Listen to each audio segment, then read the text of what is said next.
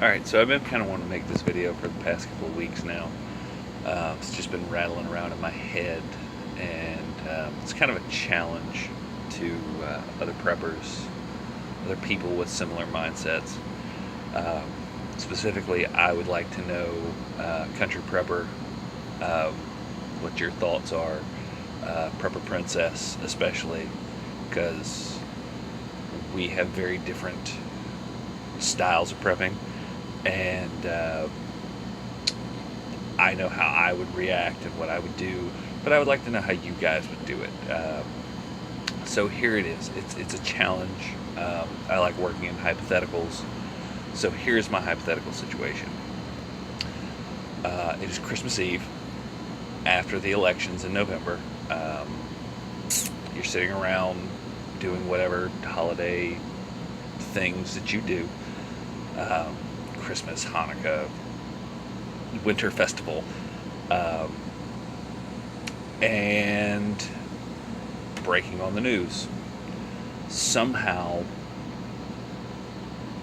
Iran has gotten a nuclear weapon into Syria, into the hands of ISIS, and now there is no more Israel. Israel has been nuked. Tehran,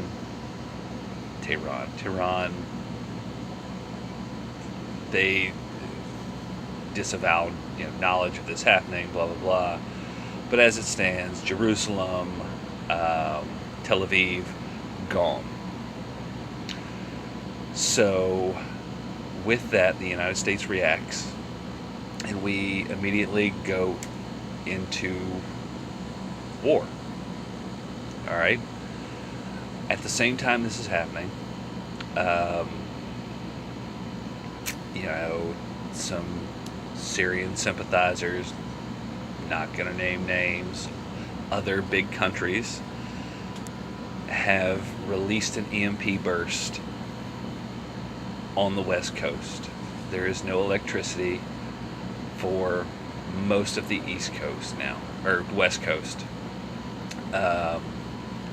On the East Coast, we are seeing terrorist attacks simultaneously, all on Christmas Eve. What do you do?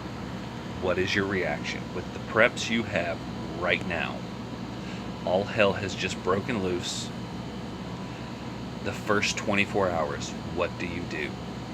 What are the steps you have taken? What is your first day reaction? And then we're going to fast forward 2 weeks. 2 weeks in, the world has gone to pot. The United States economy has collapsed.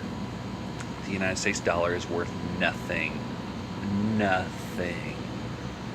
At this point, you have civil unrest in the cities. EBT isn't working. The country is now tearing itself apart from the inside while trying to recover from this attack from the outside. What do you do? There's still no electricity on the West Coast. East Coast is still reeling from, these bombings of these big cities. What do you do? Let's take it a step further. A month out, the electricity still hasn't come on. You still have these isolated terror attacks, along with civil unrest, chaos in the streets type, the ghettos are burning. It's in your backyard. It's not across the world. What do you do? So this is my hypothetical I'm throwing out there. What do you do? First 24 hours. 2 weeks later. A month later. What do you do? How do your preps stand right now, and how do you react to this?